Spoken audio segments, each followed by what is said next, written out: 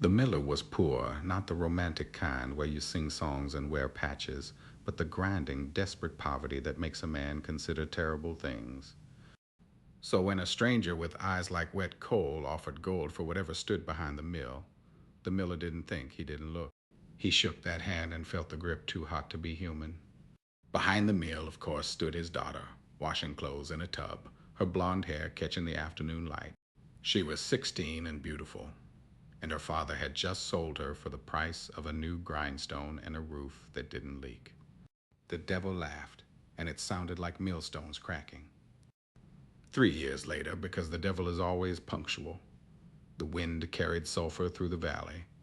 The girl had wept every night since her father confessed his sin, not from anger, but from pity for his weakness. When the devil knocked, she was kneeling in prayer, her face wet with tears that wouldn't stop. He reached for her with claws like scythes, but her skin glowed where the salt water touched it. He couldn't grasp her. She was too clean, too pure, too protected by her own grief. The devil hissed steam rising from his fingers where they brushed her cheeks. "Very well," he whispered. "If I cannot have her whole, I will have her piece by piece." The devil doesn't dirty his own hands when there are fathers willing to do the work. He appeared to the miller in a dream, or perhaps standing at the foot of his bed, grinning, and made his demand simple. "Cut off her hands, or I take your soul instead tonight." The miller wept, but he sharpened his axe. He led his daughter to the chopping block in the barn, where they'd butchered pigs so many winters before. She didn't resist. She placed her palms flat on the stained wood, fingers spread like petals, and looked her father in the eyes. "Do it quickly," she said. The axe rose. The moon hid behind a cloud. The sound was wet and final. When the miller finished retching, he found his daughter had not screamed. She held her arms up, stumps pumping blood that looked black in the lantern light, and wept. Not tears of pain, but of such profound mercy that they fell like holy water onto the raw wounds.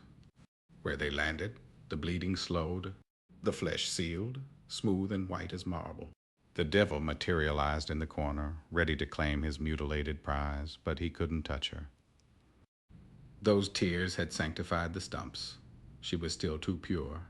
He spat, cursed the name of God, and vanished in a smell of burning hair. She was free and ruined. She left that night, walking backward out of the house so she wouldn't have to see her father's face. The forest swallowed her. For days she wandered, her sleeves soaked with fresh blood, eating berries she mashed between her forearms like a clumsy animal. She learned to drink from streams by lowering her face like a deer. When the wolves came, they didn't attack her. Perhaps they recognized a fellow severed thing. She slept in hollow trees and woke to find her bandages frozen to her stumps. Winter was coming, and she had no hands to gather firewood, only the memory of fingers that no longer existed.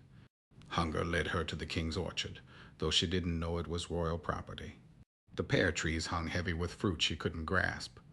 She stood beneath them, looking up with hollow eyes, until an angel descended.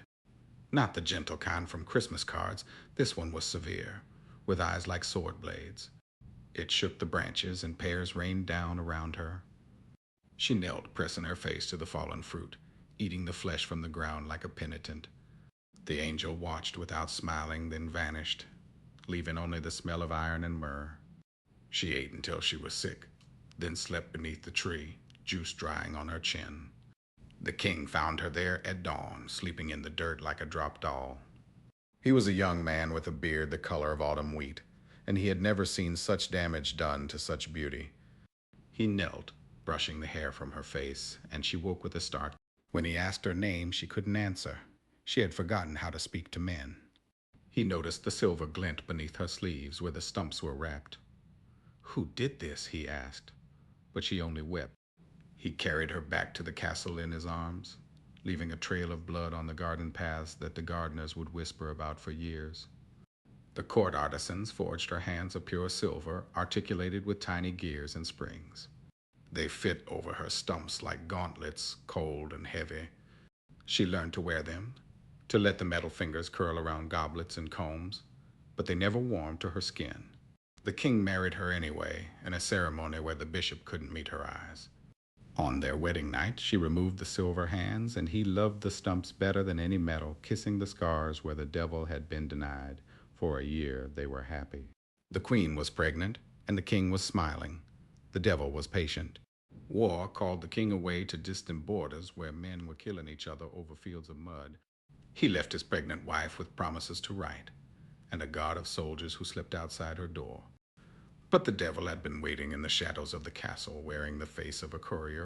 When the king's first letter arrived, golden with wax seals, the devil intercepted it on the road. He didn't destroy it, he altered it. With a quill dipped in lies, he forged new words in the king's hand. Kill the queen, kill the child, they are not mine. He smiled as he sealed it with stolen wax. The letter arrived at the castle on a black horse. The queen mother, a practical woman who had survived 3 husbands, read it twice. She knew her son's handwriting, but she knew the smell of sulfur better. Pack your things, she told the handless queen, tonight. They fled through the servants' passages, the queen carrying her newborn son in her arms, her silver hands clicking with every step. The queen mother gave them a sack of bread and a knife, useless to the girl but symbolic, and sent them into the wilderness. Live, she commanded, and when your hands grow back, return. The gates closed behind them like a mouth. 7 years. That's how long it takes to grow a soul back. Or so the angels told her.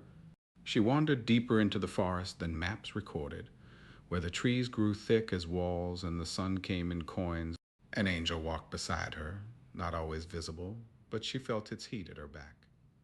It fed her when she couldn't forage, showed her which roots were safe to chew. The boy grew wild, speaking to birds and sleeping in the crook of her arm. She taught him to tie knots with his small fingers, watching with metal hands that couldn't feel the texture of rope. Every morning she checked her stumps, hoping for a miracle that didn't come.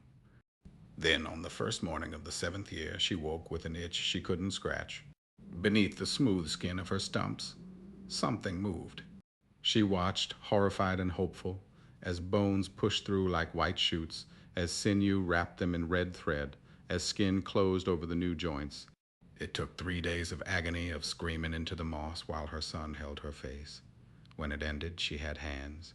Small, pink, perfect hands with 10 nails like mother of pearl. She wept, and this time the devil didn't come.